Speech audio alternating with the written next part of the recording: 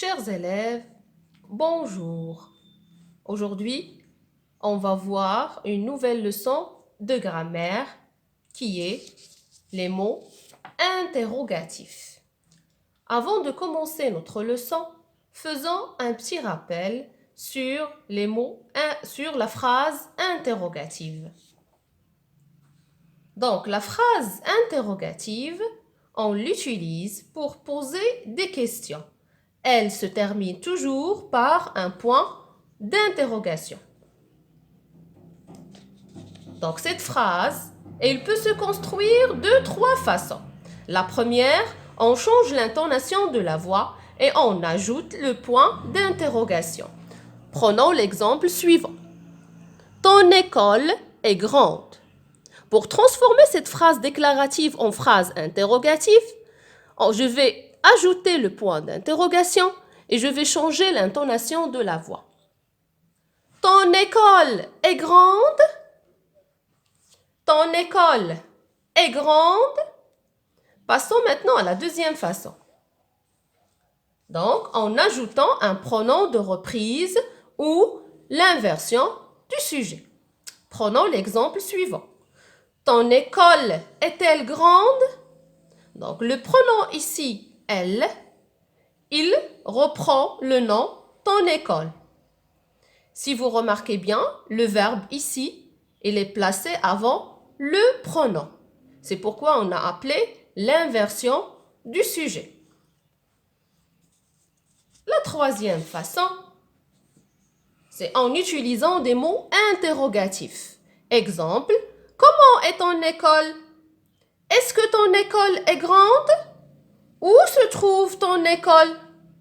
Donc, les mots écrits en vers, on les appelle des mots interrogatifs. Et c'est notre leçon d'aujourd'hui. Donc, on se sert des mots interrogatifs pour poser des questions sur la phrase entière, lorsqu'on peut répondre par oui ou non. Ça veut dire une interrogation totale. Exemple, est-ce que tu as regardé le film hier? Donc, cette interrogation nécessite une simple réponse, soit par oui ou bien par non. Donc, celui qui a posé la question ne demande pas des justifications. Donc, on se sert aussi des mots interrogatifs pour poser des questions sur le sujet. Qui est parti? Par exemple, Rachid est parti. Ou bien le complément d'objet direct. Que cherche-t-il? Par exemple, il cherche ses lunettes. Ou bien sur le complément d'objet indirect. À qui parle-t-il? Par exemple, il parle à son ami. Ou bien sur les compléments circonstanciels. Comment est-il parti? Donc ici, on cherche la manière. Par exemple, il est parti en courant. Quand est-il parti? Ici, on cherche le temps. Par exemple, il est parti hier. Donc, on peut principalement les classer ou bien classer ces mots interrogatifs en trois groupes. Des pronoms interrogatifs, des déterminants interrogatifs ou bien des adverbes interrogatifs.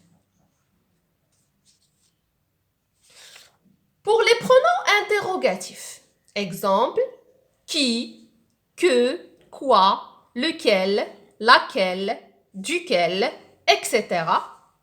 Ils sont repris par un nom dans la phrase déclarative. Ça veut dire dans la réponse. Exemple, qui regarde la télé? Donc, Rachid regarde la télé. Le pronom interrogatif qui, ici, est repris dans la réponse par le nom Rachid. Pour les déterminants interrogatifs, on a quel masculin singulier, quel féminin singulier, quel masculin pluriel, quel féminin pluriel. Donc, Il commande toujours un nom, comme tous les autres déterminants qu'on a déjà vus. Exemple, quel genre de voiture aimes-tu? Donc, le déterminant quel, ici, commande le nom masculin singulier genre. Quelle heure est-il?